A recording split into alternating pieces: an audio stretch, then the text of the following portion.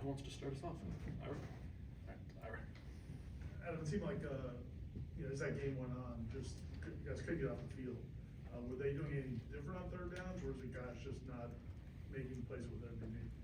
A little bit of everything, Ira. The first drive was good. The second drive, we gave up a conversion. Had to make a fourth down stop on the goal line, and then from that point on, the run game get going a little bit, and the third downs, whether it was a chip or a screen or a missed tackle or a one-on-one conversion. I mean, there were a lot of different reasons for it. And I go through every single one of them, and I just went through a couple of them right there quickly. But the last touchdown was just me trying to create a play, and didn't put our guys in the best position on the last one. But there were a bunch of them in between, and I thought we started with the right mindset, and I thought as the game wore on, the run game for them, they committed to it. I thought their quarterback did a good job of scrambling too. It was something I was concerned about because he did make a bunch of plays with his feet. And so, just a lot of things piled on top of each other. And, when the opportunities were there to make a few plays, we had our hands on 2 balls when they were in the air, and they came away with both of them. There was a fumble there on the goal line, and all those things. Just you got to make at least one of them. You want to make all of them, and just third downs were definitely something from series 2 on that just showed up throughout the game. Coach, you mentioned the run game. I think through the last 4 games, you guys have given up over 200 yards on the ground. Is there one or a couple of issues that you see consistently that's a problem in the run game, and how come you haven't seen any sort of improvement in that area? Yeah, I mean, it's, obviously statistics are awful right now, and when you say any improvement in the area, there's been games that I felt better about, but obviously last week wasn't good, and, as the Miami game got going, that game wasn't good. And so, there are multitude of reasons. I went through some reasons last week. So if you want to talk about this specific game, is that what this game? Sure, yeah. Okay. Well, I mean, in this game, again, I go into it and I give credit to them. I think the backs, one of the better backs in the country. He did a great job. He has a lot of missed tackles forced, and unfortunately that happened to us as well. I thought we did a little bit better job in the A and B gaps. Not 100%, they got us moved a couple times, but I thought our fits were consistently better at linebacker. But sometimes, you do, there are double teams, they call them double teams for a reason, and we try to hang in there, and we try to do a better job with the backer fitting off those doubles. Sometimes we're better than others. It just seems like the ball is finding some space, and then, there's times that we're just not doing a good enough job in the secondary of tackling. And a lot of different reasons, and I'm trying to hit some of them right there. But, when you go into the game and you say, we need to stop the run game, 1, control the tempo, 2, which the tempo really never got to a point. There was mostly of a huddle tempo from them, so that got crossed off. And I thought the quarterback scrambling was another thing that we had to contain. And we didn't do any of those, and the quarterback ended up being more accurate than I gave him credit for throughout the game. You mentioned some of the tackling at the second level. I know there's rules during the week of practice of how much you can hit. And is there anything more you can do to practice that or simulate that? I mean, we've been creating live tackle drills with the DBs now for the last 4 or 5 weeks. We try to do it as much space as possible to force them to make those plays, and some of it's gotten better, some of it hasn't. And the thing in the back end, when you miss one, it's usually one-on-one. And, so when we played really good defense, we've made a lot of those one-on-ones, and when we haven't, and so is it the players, is it the technique, is it the coaching? And the answer is yes, right? And so I feel that we're trying to work it because I've changed tackle drills throughout the year this year. I mean, we've done live tackle drills against guys, and we're continually doing them.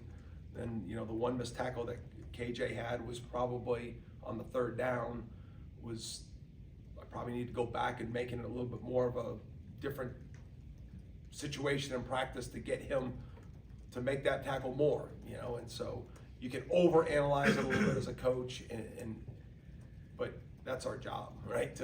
to analyze it, to apply it, to find different ways to make sure that he can make the play, because, you know, I believe in Kirk. I think he is getting better, but, you know, had that one miss on a big third down, and, you know, that's a huge play in the game, and the game did fall on that play, but, you know, each play is its own, and it creates momentum for them, and so, you know, I watched that play, and we're gonna replicate that play in practice with another form of a drill. Corey? Adam, when you guys finally cut it to 21-11, the offense scored a touchdown, then immediately, the next play is I think a 43-yard run with a horse collar on top of it. What happened on that play, and just overall with this season? How much does that just seem to happen when you guys, maybe if you've even played well on defense for most of the game, your offense finally scores and then, there it goes again? Yeah, How frustrating has that been all season, and then what specifically happened on that play? Very frustrating. Can't breathe. And so what happened on that play, it's a crack replace. You know, the back we blitz it. We get a bunch of people in that place where the ball is gonna get run. The back makes a great cut. Usually backs cut that thing 90 degrees, and your corner puts his foot in the ground and works it and tackles it or races out of bounds for 2 or 3 yards. That one, the back makes a great cut, and he stays vertical almost the entire play and stays in great speed and just outruns the angle. And, you know, just shouldn't, you know, I got, you know, talking to Pat Surtain, who's been in that position himself, you know, so I mean, I feel really comfortable with his ability to coach that too. And just in the moment, you know, it created that. But I felt good about what we were trying to do in that moment. And the safety stepped down pretty aggressively, and the receiver read it, and he cracked it, and, you know, it's a crack replace play, you know, and the back did a good job of seeing it and making the right cut and keeping speed around the corner, you know. And obviously the horse collar, I mean, you're coaching those because those are because you're trying to get the guy down, right? And so that's number one. Then how you get him down is 1A, and obviously we can't grab back there and can't finish like that. Chris? What are the challenges of Notre Dame's offense, and how physical are they up front, and how much does FSU have to counter that? You know, they're good enough on offense, you know, to be where they're at in this season. You know, they've really relied on, you know, that quarterback, you know, familiar with the play caller. You know, they had hired Coach Denbrock from LSU, so we've competed against him all the way back to when he was at Cincinnati. And, you know, but they've relied, I mean, they've good backs, and, you know, the quarterback is carrying the load. I think he's got 11 rushing touchdowns, you know, so I'm not sure where that sits nationally, but I would assume it's pretty high for a good quarterback to have more rushing touchdowns than throwing touchdowns on a good team. That's probably not a usual statistic, but that's how they decided to play their offense this year. And, you know, obviously they had one speed bump early in the year against Northern Illinois, but, you know, from that Texas A&M game all the way through the Navy one, you know, they've been executing when they need to on offense. Adeline? Corey mentioned that big run after the touchdown that you guys had. There was that similar one against Clemson where you guys scored a touchdown and fell off and ran a big one, and then against Duke as well. So that's 3 of those. Is there a through line to any of those 3 plays, or is it just kind of a coincidental aspect? You mean the play after our offense scores? Correct, yeah. You know, I mean, I'll go back and look and try to, when our offense scores, to what they're going to run after that. I mean, you know, they were just independent plays. You know, I get the momentum question. You know, I get that one. You know, and you know, just poor job. You know. Jordan? Following up on the question about physicality, Coach Norvell said he wasn't 100% happy with that department. Just how did you evaluate your team's physicality and effort throughout the game against UNC? Yeah, I think anytime you give up 30 points, there are a lot of reasons that you don't play well, right? You know, I'm sure there's been times in my career that maybe we've given up 30 and you felt really good about the effort, physicality, but probably not much. And you know, I thought early in the game, I thought we showed up the right way. You know, as that game wears on, you know, and they kept feeding the run game, I think there were times that we could have been much better. You know, and that's my job to create that you know, and there are some plays out there that are obviously unacceptable, and you know, there are unacceptable plays when a team scores. You never want to allow that, but how it goes down is still important, and so those are the things that we got to make sure that we address and either replace or correct. We'll do a couple more, Ira. Be a different kind of question.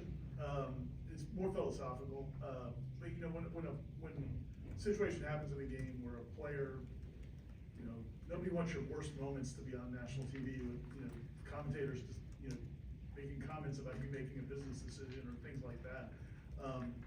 When players have moments like that, what can coaches do for them? Because, you know, not letting them know that that play doesn't need to define them, that they can make the play next time, and just how do you handle those situations when they're magnified more so than a misrun fit or something like that? Well, when you come to Florida State, you know, you have to want that, not the criticism, right? But you can't want to play and compete at a school like Florida State and hope for all the attention and all the accolades without taking any of the downside with it, right? You need, I mean, that's part of the business. You're gonna get that in anything. You know, the higher profile, the more fame, but the more criticism. So I think that's accepted. You need to understand that. And you can't want the positive, but not deal with the negative.